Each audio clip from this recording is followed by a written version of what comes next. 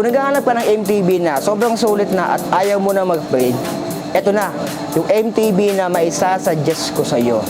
Si Agent X Blaster. Napakasulit ito mga alien. So like, comment, share, and subscribe.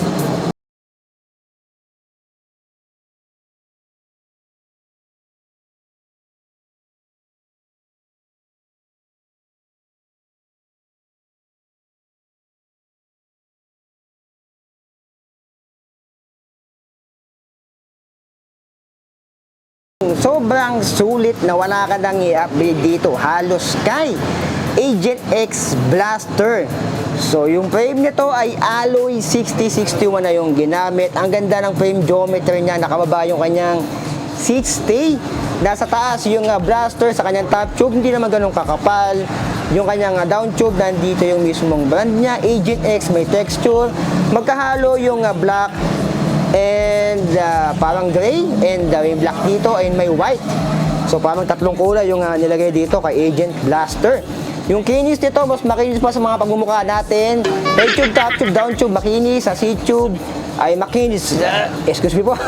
Ay makinis na rin. Yung top tube naman ito lang yung design niya. May 5 years limited warranty. Di ko sure kung chika lang yan o talagang totoo yan. Meron ditong barcode. Head tube nito ay may hope edit na nakalagay. Head tube niyan ay tapered na rin. Ayan yung logo ng Agent. So hindi mo maintindihan kung anong nakalagay doon. Cable routing, meron sa kanyang down tube, left side. Ito yung kanyang RD. And yung brake cable ay nasa ilalim. Naka 1x lang to. Pwede bang lagyan? Hindi siya pwedeng lagyan. Itong frame niya ay 1x specific lang dahil wala dong stopper, walang pang side swing, wala rin pang top pull. So yung kinis nito, sobra na. Ilagayan natin ang ulam, meron dito sa kanyang down tube and sa kanyang seat tube. Dito, tatlo. Pwede nyo i-adjust dito, pwede nyo lagay dito, pwede dito, and dito ay dalawa lang. So, yung binabudget natin ay medium size frame lang din. So, dito naman tayo sa kanyang crankset. Halotech, meron lagos pumunta sa mundo nila Eugene. MPL Pro Wheel yung ginamit dito, 170mm, 34 teeth. And yung kanyang chain, parang PYC na yata itong ginamit dito. Ay, kay YBN pala. Ayan, kita-kita, YBN yung ginamit na chain. Yung RD dumaan sa ilalim, nandito yung Agent X. Yung RD naman na ginamit ay Shimano Diore M6100. Ito yung merong clutch. Ayan. Sprocket naman ito ay 1150 teeth, 12 speed na to. 1, 2, 3, 4, 5, 6, 7, 8, 9, 10, 11, 12. So, 1150 teeth, 12 speed na rin yan. Yung hubs naman ito ay Novatec. Ito yung hubs niya. So, solid na rin yung hubs nitong na inilagay. Pero yun nga lang, hindi siya ganun kaingay. Ayan o. Parang wala siyang tunog. So, silent lang. Pwede bantaka sa mga asawa pag weekend. Spokes ito ay 32 stainless yung ginamit. Hindi lang ito naka-prestable, pero okay na rin. Naka-shader valve siya. Yung gulong, tignan nyo. Cross King Continental, double wall alloy rim. And Continental Cross King, solid na rin to ha. Yung gulong niya ay 27.5 by 2.2. Parang snake yung design niya dito. Ayan, Continental Cross King, sobrang sulit na rin yan. Ayan yung Continental 2.2 Cross King. So siguro naman max na yan, huwag nyo nang palaparin pa. Safe na rin yan mga alien. So sa kanyang clearance. Sa likod, 160mm rotors. Ito ay Shimano na rin, Malaysia. RT56 yung ginamit dito. Hindi lang kita. Pero RT56 yung ginamit dito. 160mm rotors. Naka quick release. And nandito yung kanyang Shimano na hydraulic brake mount. Ayan. Sa seat post naman, seat post ito 31.6. 350mm alloy na to, Agent X din. Ito yung stock pedals niya, yung kanyang upuan. Meron siya dito ang cooling system ng itlog nyo. May butas siya dyan.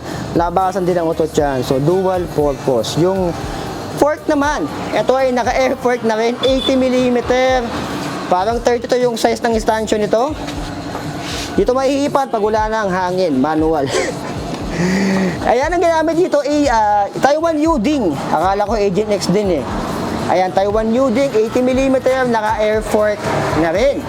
Wheelset sa unahan, same lang din sa likod. Hindi nga lang to naka-Fiesta valve talaga. Double wall alloy rim, spokes 32, stainless. Novatec yung hub sa unahan. Silvero na rin yan. Continental Cross King 27.5 by 2.2. Yung kanyang stem, Agent X na rin. Parang kamukha ng stem ni Foxter in T-Reach. Agent X, alloy na to.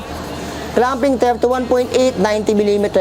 And yung kanyang headset ay Neko. Pero yung mga ganito yata, kung doon nagkakamali, ball bearing pa yung mga ganito pag mga stock ng mga Neko. So correct me if I'm wrong. Yung kanyang handlebar naman ay 720mm. Alloy na rin, may pagka back swift. Ayan, and yung kanyang handle grips, wala siyang lock-on pero sagmit yung ginamit. Sagmit yung nilagay. Sa kabila, sagmit din. Yung brake niya, solid na rin. MT200 na. Ayan. Ayan yung kanyang shifter. Shimano Joare M6100, meron siyang window dito. So, ayan, si Agent X Blaster, napakasulit ng spec nito. Yung timbang na to nasa 15 kg. Kung di ko nagkakamali, yung mga ganyang itsura ng, ng gulong, kahit ganyan kalapad, mababa na dyan ng 15 to 14.5 kg. Ito ay naka-Halotech na rin. Halos wala ka nang i-upgrade dito. Siguro gagawin mo lang tong Fiesta valve. Pag nagtagal-tagal, naka-Halotech na rin to. 30, 40, 11, 50 teeth. Kung gusto nyo gawing 10, 51, nasa sa inyo. Yung hubs, solid na rin. Novatec, hindi nga lang siya ganon kaingay. Naka-Joare M6100 yung RD. Yung shifter, solid na rin. Yung gulong, Continental Cross King, napaka-solid na rin yan. 27.5 by 2.2. Nakababa yung seat stay. Alloy, naka-air fork, alloy na rin. So, karamihan sa kanya ay alloy na. Siguro ito lang talaga. Ito ay naka-ball bearing pa yung kanyang headset. So, para sa inyo ba, okay na ba yung ganyang specs? Ang presyo nito ay tumataginting dito kay Budget Bikes Cavite ngayong month of August 2023. 1x12 speed, naka-Joare M6100, 20,000 pesos. Ayan. Kung may bala kang project bike ng MTB, i-consider mo muna or tignan mo to si Agent X Blaster kasi pag nagano ka ng project bike, 1x setup na rin, siguro mas papalo pa rin siguro ng mahigit 20 or less. Pero pwede mo i-consider to bago magbuo ng isang project bike na 1x12 speed na Halotech. As wala ka na i-upgrade dito, solid na rin, pati yung rotors. Naka-RT56, Shimano na rin, Malaysia. Naka-MT200 na. So para sa akin pinakasulit na to. Pwede mong ilaban dito yung kay Toxic Brandon, yung Ultimate. Meron naman akong budget no kay Toxic Brandon Ultimate. So ito yung panlaban doon ni Agent X. So sobrang solid na. Dito lang yan kay Budget Bikes Cavite. Pwede nyo itong utangin. Meron silang home credit dito. So sa home credit, nagka-utak ka nga, nagka-bisikleta ka naman. Kung medyo malayo ka, nasa Luzon, Visayas, o Mindanao ka, or kabilang galaxy, meron silang Shopee. Yung Shopee link is nandyan sa video description. I-click mo lang yan. Pwede nyo orderin to via Shopee. Mapapadala to sa inyo. Nasa man kayong lupalop ng Pilipinas o ng bansa. O ng galaxy, mga alien. Pag ibang galaxy na ako na mag-i-deliver. Agent X Blaster, 20,000 pesos. Nakasamano Joare, sobrang sulit ng specs. So para sa inyo ba, okay na ba yung ganyang pyesa para sa isang MTB na sobrang sulit na para sa akin. So like, comment, share, and subscribe mga alien. So be it, I love you all. Signing out.